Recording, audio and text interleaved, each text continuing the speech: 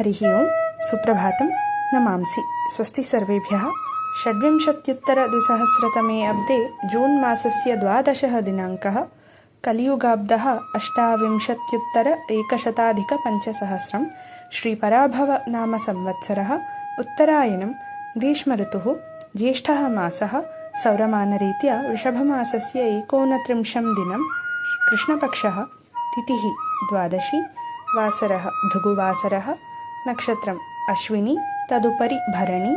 योगः अतिगण्डः। करणं कौलवः, तदुपरि तैतिलः। कालस्वरूपस्य भगवतो नारायणस्य परमानुग्रहेण सर्वेषाम् उद्दिष्टकार्यसिद्धिर्भवतु।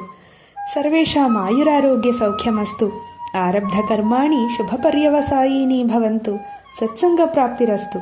सर्वे देशसेवासन्नद्धाः, दीनानुकम्पायुक्ताः, दानशीलाः, धार्मिकाश्च सन्तु।